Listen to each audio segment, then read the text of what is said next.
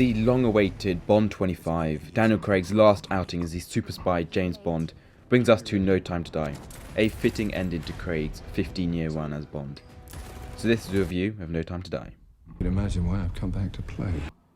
No Time to Die is the longest Bond film to be ever made. However, time flew by with the action and continuous forward momentum of the film.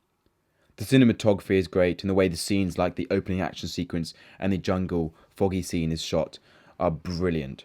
The production design is brilliant, the costumes are very stylish, the script is solid, and although, well, sometimes I would say the humour isn't of Bond nature, to say the least, the script was still good. And Hans Zimmer's score was brilliant as always. No Time to Die is one of those films where, on paper, it is excellent. Like I said, the cinematography is good, the script is good, and so on. It's one of those films which could collect a bunch of Oscars because it fits those categories, but it doesn't necessarily mean it's a fantastic film. I think the main problem with this film was its story/plot, which personally was all over the place. There were way too many characters, so people like the villain, the main villain, that being Safin, we spent nearly any time at all with him. And actually the first time Bond and Safin meet is actually at the final action sequence. In Skyfall, we may have only met the villain halfway through the film, let alone them two meeting, but we certainly spent a lot more time with him.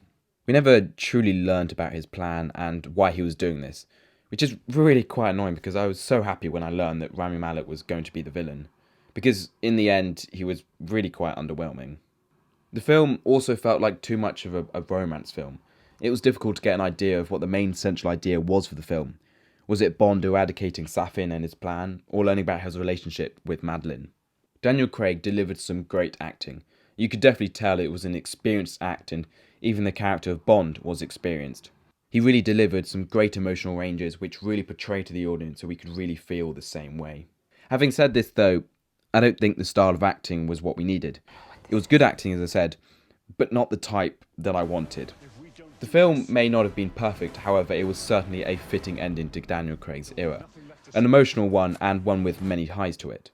I also love the references to other Daniel Craig films to really tie them all together. For example, Vesper Lind. I also really like the idea of finding out what happened to Madeleine's mother. We know about the dad from Spectre, but the mother no. Now we did. The way the film tried to link other Bond films with Daniel Craig in together was brilliant, bearing in mind the director did not direct any previous Bond films. I also love the references to Her Majesty's Secret Service, mainly with a line, "We have all the time in the world." Again, I thought that was just perfectly done. Overall, I would say two things for this film. Number one, that the film was a fitting ending to Craig's era. And the main thing though, number two, which I think really sums up the whole of this film, is that throughout it had some brilliant ideas, which were really clearly there, but I just don't think were executed that well.